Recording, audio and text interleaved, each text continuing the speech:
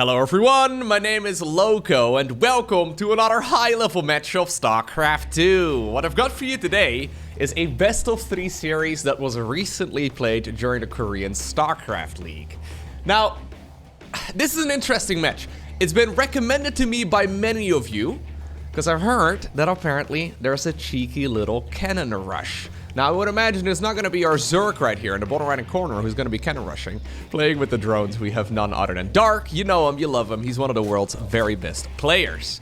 His opponent, however, in the opposite corner with the blue Protoss species. Apparently a bit of a cheesy man. I'm not too familiar with his games, but I guess we'll find out together what he's currently cooking up. We're looking at none other than Rebellion's main Nexus.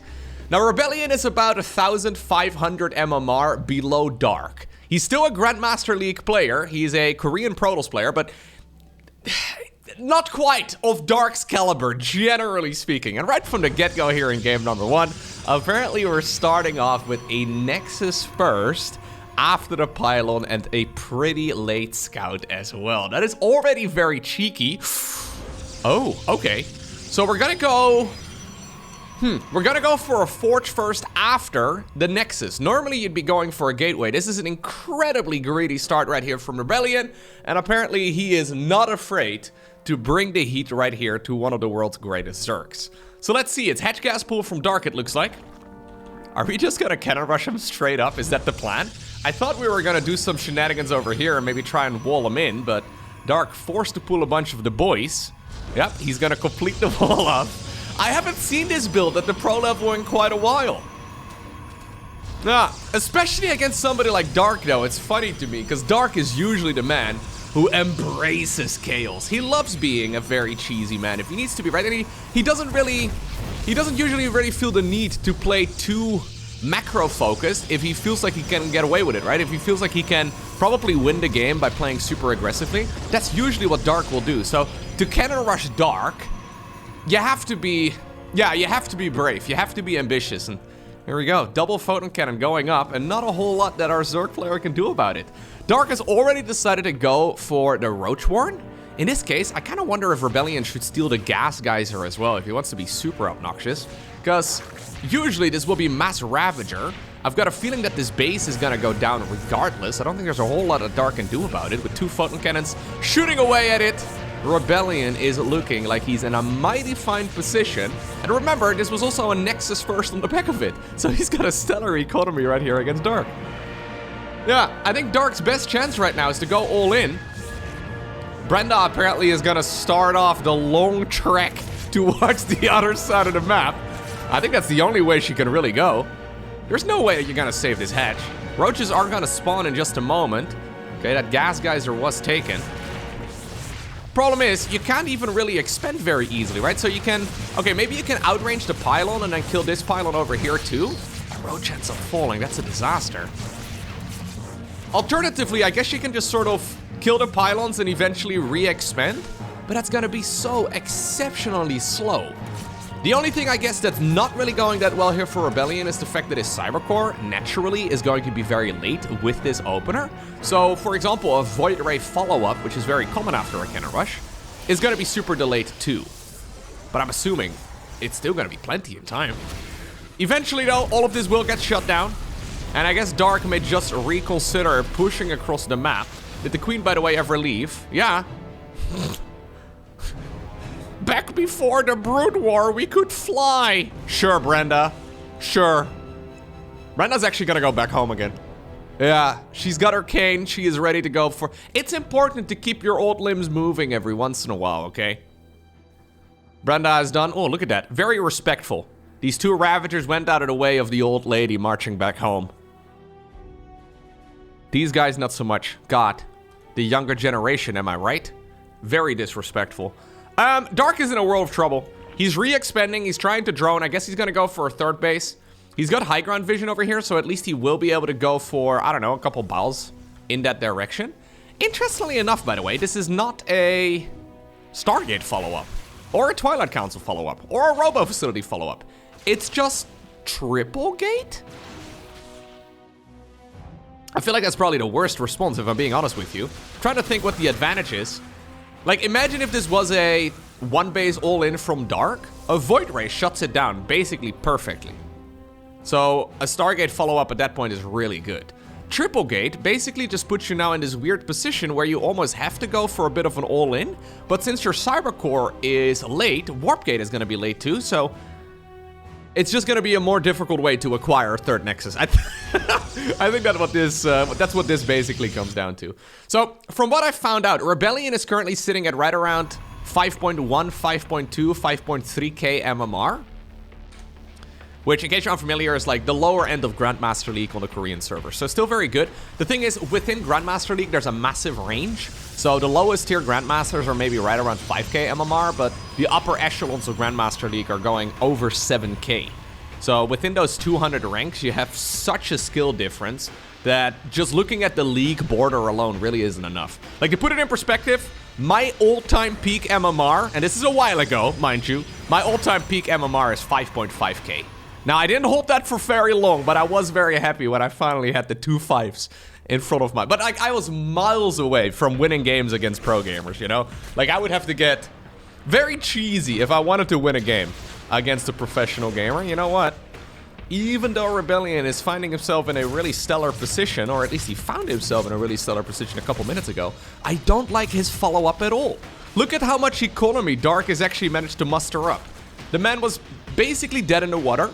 He is not protected against Oracles. He's not protected against Dark Templar. This is Dark basically shaving 17 corners off of his build order just to try and squeeze out as much as he possibly can. So, because of that greed, he's actually fine against the Blink Stalker follow-up. I think the straight Blink Stalker is a pretty weak play. This is still obviously a good position here for Rebellion. Don't. Yo, Mr. Zealot, go over there. Anyways, this is still a good position for him, don't get me wrong. But I don't love this position for the Protoss nearly as much as I did just a few minutes ago. We have an Observer sitting here with the main army too. Very suboptimal, because even though we could have had vision, battery overcharge. Oh, I think Rebellion is super nervous. That battery overcharge is really early too. Zealot does go back on hold position there in the wall. Blink is not done yet. Oh my god, Dark. Yeah, Dark's a monster. Dark's the monster under your bed when you're, you know, laying there in the dark? Coincidence? I think not. Yeah, top tier pro gamers are really scary. They know exactly what corners they can cut, and they're more than willing to make a gamble whenever the game requires it. We had pretty much full 2-base saturation for Protoss when Dark was on full 1-base saturation, didn't we? The counterattack didn't really do a whole lot. Tech-wise, by the way, this is still pretty atrocious, of course, for Dark, but he's certainly making himself look really scary. Luckily here for Rebellion, he did save most of those probes, and he also did save the Nexus. We have a robo facility, but all he's made out of it, there we go, is an Observer. You can't really attack without a prism, right? So you kind of have to make a warp prism here and then go across the map. And maybe deal damage? I don't know, dude. The creep threat is already looking pretty solid again. Yeah, so cute early game from Rebellion, but no real scheduled follow-up. So we're just sort of blinking around a bunch of Stalkers, but this is not really inspiring, yeah, me in general. So he's looking around, he knows the greed at this point, he has seen the amount of stuff. I love, by the way, this follow-up here as well from Dark. Going into the quick Infestors. So Infestors, when you fungal growth the opposing player's army, obviously it's going to be somewhat held in place, right? It's going to be slowed down a lot. And your Ravagers at that point can bottle them down really easily. Plus, it inhibits any sort of movement abilities. So if you, in this case, if you fungal the Stalkers, they will not be able to use their blink ability. Cute player by Dark. We'll have to see if it pays off, as Dark now actually grabs the supply lead. That's an interesting one. To be fair though, it is nerve-wracking playing against players like this. Oh, yo, that's a big fungal to start things off.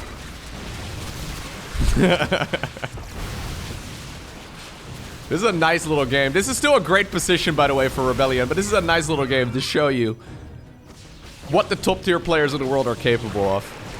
Okay, another good fungal. Ah, there's no way Dark can hold this, right? This is a +2 Stalker army. 13 roaches on the back of this, though. The Rebellion does need to get a move on. No target firing on the Infestors here whatsoever. No juggling with the prism either. We're gonna warp in a bunch of... This is turning into a very all-in-y situation here for Rebellion, who's now actually economically slightly behind. If you can get the kill on the net or on the hatchery rather, then I guess he should be okay. Although there is already a new bit. No, he is actually not okay. There's already a 4th hatchery also done here for Dark. Dark did a bit of a magic trick. You blink twice and he's got 3 base eco. How did he do it? Well, honestly though, if Rebellion did any other follow-up than the one that he went for, I would say that like most cannon rushes, okay, GG is cool. Most cannon rushes will follow up their cannon rush with either Void Race or Dark Templar. And Dark was not prepared against either of those two. Game number 2. We find ourselves on the map El Sayani. Much more standard opener here from Rebellion this time around. It's gone for the gateway on the low ground into a gas geyser in the main base, and we should see a Nexus at about 20 supply together with a Syra core also at 20 supply. Strange looking scoreboard though, I'm not gonna lie. I wonder if Dark actually really needed to leave. So, sure, if it would have been Hero or Max Specs, right? Yeah, I don't really think there's a way out of that situation for Dark, but Dark was like 1 or 2 fungal growths away from actually stabilizing there, and his economy wasn't really as bad as he thought it was. I'm fairly sure Dark in that previous match assumed that his opponent was further ahead than he actually was, because Rebellion clearly nervous, clearly making a bunch of mistakes there, and, well, he got a point on the board, but I'm still not loving his position in this particular series, despite the fact that he's 1 step closer to taking down one of the all-time greats. One theme as well that I've noticed over the years when it comes to top tier programmers, all of them have it. Like the Marus of this world, the Serals of this world, the Darks, the Raynors. Very rarely will they actually get nervous. So I'm sure they do, but they don't outwardly show it, and they don't really show it in their games either. As a matter of fact, I've noticed especially guys like Seral, and this may just be the one differentiating factor for Seral. Seral seems to power up whenever he's under pressure. If Seral is behind in a series, it's kind of like he's going Super Saiyan, you know? Whereas a lot of people will be doubting their own abilities and like, oh my god, this guy's way better than me, blah, blah, blah. Right? You get that negative self-talk? The top tier pros don't really have that. So despite the fact that Dark right now is, well, behind in the series, I don't think he's too concerned. I'm fairly sure he's just going to be comfortably playing this, and he'll be more than happy to just do whatever it takes. Although, this does make going for an all-in a little bit riskier, right? Say Dark wants to go for a Roach Ravager rush or something like that, well, he could be in some trouble. Zergling scouts the Stargate opener here. This is very normal. Everything here is very normal for Rebellion. It's one way to make a name for yourself, though. Cannon rushing, yeah, Dark is certainly a way to, get a little bit of interest from the internet. Alrighty, so what's the plan, Dark? What are we gonna do? Just defend, make a bunch of queens, spread the creep back towards the natural expansion, because the natural did get blocked earlier. Okay. Zerglings going across, trying to see if they can potentially get the snipe on that 3rd Nexus. There's a pylon missing here, Rebellion. We need a pylon. I guess it's okay. Usually you go for a pylon to tug, yeah, exactly, the adept in between. So that way the surface area against a Zergling push is delayed quite a, or it's reduced quite a bit. Roachhorn coming up. Double Spore Crawler as well. Dark actually only had 32 drones at this point, which is not quite ideal. Maybe also just playing this a little bit safer than he ultimately needs to.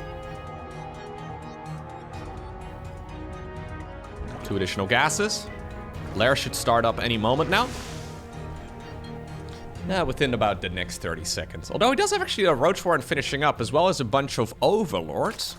So this could actually be him preparing to make a... Yeah, that's what we're doing, I think. I think we're preparing for a big swell of Roaches. He's spreading creep forward in the direction of his opponent's 3rd base. We're already up to 6 queens. I believe that this should be... especially if it can kill one of the oracles. A bit of a queen march. Yep. The ladies are assembling for battle once again. An uncommon strategy in 2024. We don't really see it all too often anymore, but it's very powerful when, well, it goes the way that Zerg has prepared. On this map, the rush distance is relatively short, especially when you're forced to take the third base first. Oracles, in the meantime, using some of their energy to kill the drones. All of that is great, but Rebellion needs to hold on. He's going for Glaive to Depths on the back of this. He's got a lot of Chrono Boost energy saved up. Really should be using that. Oh my god, super early battery trigger again. Way too early. Way too early. Now he's gonna not have it available for the actual fight. Finally, we see a Chrono Boost right there on the Twilight Council, but I think we should have seen that one already. Lovely Corrosive Biles. Yep, that pylon positioning, suboptimal. Dark immediately makes use of that. One of the Oracles pretty much out of energy before this fight even properly begins. Not terrible so far, though, for Rebellion. He's trying to make the best of this situation. Man, imagine if he had Battery Overcharge and Glaives Adept done. I mean, now he's got Glaives finished. He may actually be able to hold. I feel like with Battery Overcharge, there's a chance to hold, but the cooldown is quite long. And I think the nerfs kind of kicked in a little bit. Maybe we could make an extra Oracle or like take the gases in the natural expansion so we can actually produce units? Because we're going all the way up to 1,000 minerals now. I love, by the way, that Dark looks at this series right now. He's like, you know what I need? I need to do some cheesing of my own. To be fair, though, that previous game was a pretty clear example because Rebellion was very trigger happy on the battery overcharge in that game too. And I think Dark looked at that and he's like, you know what? If I did something a little aggressive, you would be in a lot of trouble. And it turns out he's right. And that will take us to the map Oceanborn. Final game in this best of 3 series. Certainly another map where you can go for a Queen March if you feel like that is the right call. Especially if you get the creep going. Right, say the third base gets taken here as the very first expansion. You get the creep going and suddenly you appear on your opponent's side of the map. Nice, easy highway for those queens. It's one of those builds that's relatively unpopular in the current meta of the game, but it's not something that will ever truly disappear. Right, ever since the queen got nerfed, so the queens used to be able to transfuse off creep. Ever since that was removed out of the game, well, it's been a bit of a, it's been one of those builds that's fallen off quite a bit. Imagine though if they still could. It would be quite ridiculous. Okay. So this is cheeky. Dark faking the natural to the third base location. So he knows that there's a probe blocking him. At this point, Rebellion is going to check for the third base. Another drone came down from the high ground and takes the natural expansion. 1-0 in favor right here of Dark. He should take into account that that drone is somewhere, so he should send... Yeah, he sends the probe early. That's the right call here from Rebellion, because you do not want your natural expansion blocked. Ooh, okay, well that works. Yep, you need to make sure you chase this. Because despite the fact that this is not in the location that Dark would have liked it to be, it's still going to block the Nexus. Zealot? Can we go Zealot and Cybercore? Hello, Zealot, Cybercore, thank you. Okay, no Zealot? Alright, we're going to use 6 probes instead, which does work. The only problem is that there's always going to be a little bit of a residue of creep. The delay on the Cybercore is actually quite noteworthy though, because that was like, what, 10 seconds late? Okay, at least it felt like 10 seconds. Maybe it was like 5 seconds. That's what she said. No, come on. Inappropriate. Anyways, the delay on the Cybercore kind of sucks because now everything is going to be delayed too. We do have double gas finally going up in the main base. Yep, Dark just continues being annoying. Luckily for him, the evolution chamber for Rebellion, that is. Yeah, the evolution chamber is a 3x3 structure, unlike the hatchery, which is 5x5. So the Nexus apparently could just barely be squeezed right next to that, well, Zerg building. In the meantime, though, Dark mostly just trying to be annoying. This is one of those skill checks. We don't see a ton of proxy hatches in the current meta of StarCraft 2 either. But it's one of those things where, like, if you go up against a Protoss player and you're feeling really confident, you may as well. Because Protoss, in general, super build order dependent. And, well, everything that Rebellion had planned for this game, it's been thrown out of the window now. Not really a whole lot you can do other than play, well, pretty normal. So in a strange way, going for a proxy hatch kind of forces out a relatively normal game. Apparently the Stalker, by the way, just barely did not get the kill on the Overlord. Eventually, the Twilight Council is going to finish. I wouldn't mind seeing even like a Dark Templar rush. Like, if we're gonna play cheeky games, I think Dark Templar rushing Dark would be really good. Although then again, at that point, I really dislike the Cybernetics Core delay. It's gonna be Charge. Okay. Charge is an interesting one too, because then we mine too much gas. We should probably also 16 out of 16 the main base first. There's this mineral field right over here on the left. That does not quite have optimal saturation. It's these little things though that really do add up quite a bit. I'm assuming we're gonna go into a Templar Archives as well in a moment. To go for like an Archon Zealot push. Very powerful. Because otherwise the gas count that Rebellion currently has doesn't really make a lot of sense. I think actually going like 8 gate with 32 probes is a pretty decent follow-up too. So 8 gate, 32 probes. Just mass Zealot towards the other side of the map. Really strong. But in that case, if he wants to go for something like that, he should have pulled out of gas already. So considering he did not pull out of gas, considering he's already at 35 probes, we will not be seeing anything along those lines. At this point, Dark knows it's not a Stargate opener, because he would have already seen a Stargate unit. Although I wouldn't have minded seeing Rebellion save up a bunch of flying units too, you know, to like lull the Zerg into a false sense of security. Because in my mind, you almost have to like trick the opponent a little bit. I think that was within vision. Yeah. So Dark actually just saw the Twilight Council straight up. Now the Dark Shrine goes down. But we've had so much gas for that for such a long while. These are now going to be very late. So we've got 3 gateways. No, 4 gateways, I was going to say. 3 gateways would make no sense at all. We've got 3 gateways to warp in a bunch of Zealots, and then to follow up the Zealots with a bunch of Dark Templar. But now the Dark Templar are going to be very late. Okay, in the meantime, on the other side of the map, it's going to be Roaches, Zerglings, and Ravagers. Spinecrawler is going to finish up in just a moment, and I do really like that spine. Safety Sporecrawler as well. 5 minutes and 10 seconds usually is the latest you really need it, so...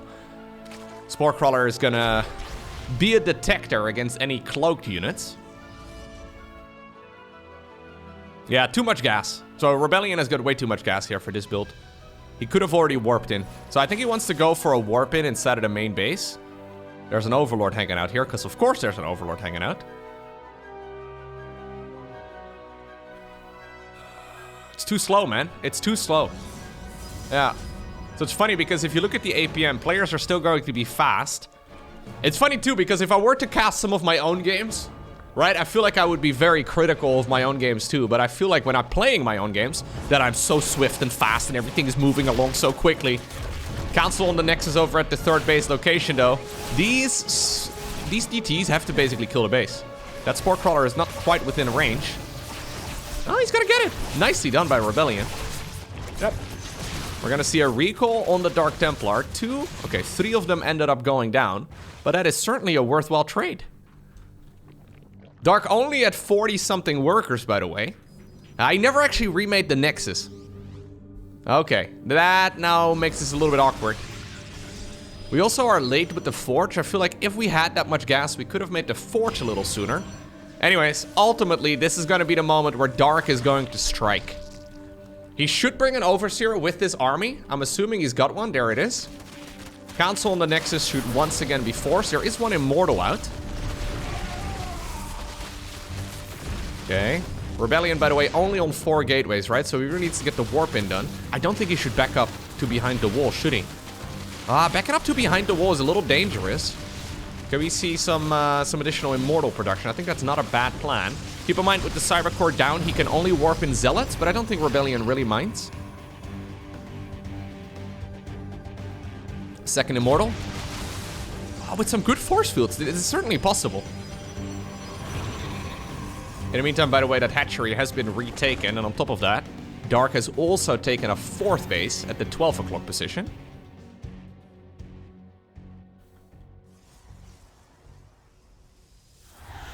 Okay. 3rd Nexus needs to really get going fast, man. Hello. What? Are you... it was a different probe, apparently. Tasked with building the Nexus. I see. Hydra's coming up. I mean, honestly, pretty dang good play, though, by Rebellion. It's just that, you know, playing against pro gamers is tough. But he's not playing this poorly by any stretch.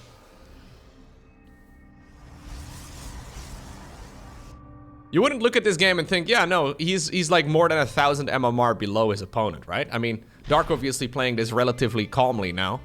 Going into the Lurker Den, we may very well see a Hive as well in just a moment. Although, honestly, I think Dark can just go for another big push. If he can deny that third base one more time, Rebellion is going to be in a weird spot where his main and even his natural expansion are going to start running low. Look, mineral fields in the main are already starting to run out. And the natural won't be too far behind. There's a couple of them that will be running dry in a couple minutes. At which point the third base becomes an absolute necessity. So Dark actually does not have a Hive, but he does have a Lurker Den, which is a bit funky.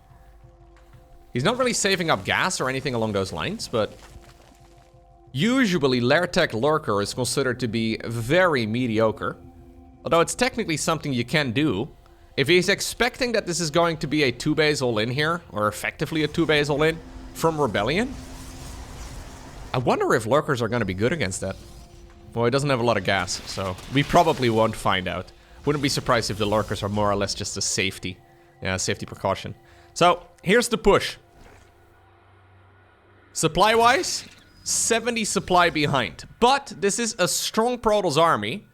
If we can get another warp in or two, I don't know about Stalkers. Yeah, I guess he's going Blink. Okay, we have a few Zealots in the meantime and a natural expansion of the Zerg being a nuisance. But this is becoming kind of do or die here. Yeah, this angle is perfect for the Zerg.